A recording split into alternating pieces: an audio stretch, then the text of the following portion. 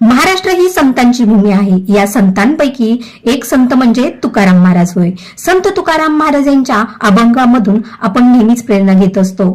तर त्यांनी सामान्य माणसाच्या जगण्यातील विचार साहित्यात मांडले. संत तुकाराम महाराज हे एक वारकरी संत होते.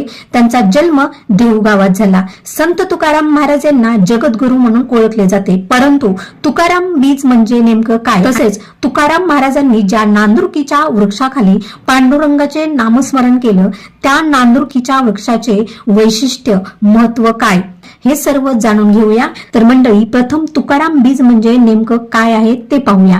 तर तुकाराम बीज म्हणजे संत तुकाराम महाराजांच्या सदेह वैकुंठ गमनाचा दिवस. फाल्गुन वद्य द्वितीयेला संत तुकाराम महाराजांनी वैकुंठ गमन केले. हा दिवस म्हणजेच संत श्रेष्ठांच्या चरणी कोटी कोटी कृतज्ञता व्यक्त करण्याचा दिवस. संत तुकाराम महाराजांचे मूळ नाव तुकाराम वल्लोबा आंबिले. त्यांचा जन्म वसंत पंचमीला म्हणजे माघ शुद्ध पंचमीला महाराष्ट्रातील देहू या गावी झाला. पंढरपूरचा विठ्ठल विठोबा हे संत तुकाराम महाराजांचे आराध्य दैवत. जे का रंजले गांजले त्यासी म्हणी जो आपुले, तोची साधू ओळखावा देव तेतेची जाणावा. अशा प्रकारचे अभंग संत तुकारामांनी जनसामान्यांना सांगून ईश्वर भक्तीचा सुगम मार्ग दाखवला. संत तुकाराम महाराज उपदेश करताना सांगतात की लोक हो, प्रपंच आणि परमार्थ हे दोन्ही जीवन जगण्यासाठी अत्यावश्यक आहे.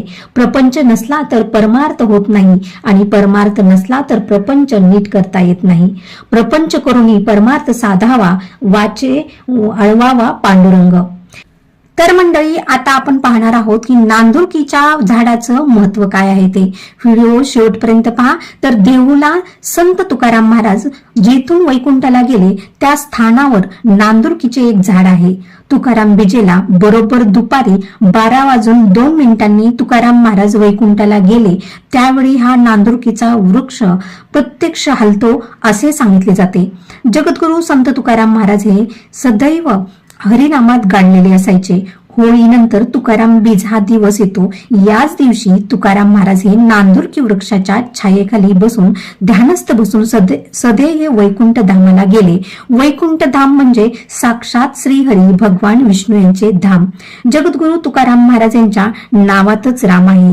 हे नांदुरकी वृक्ष तुकाराम बीजेला बरोबर 12:02 हलते. खरंच हे जगातील सर्वात मोठे आश्चर्य असावे.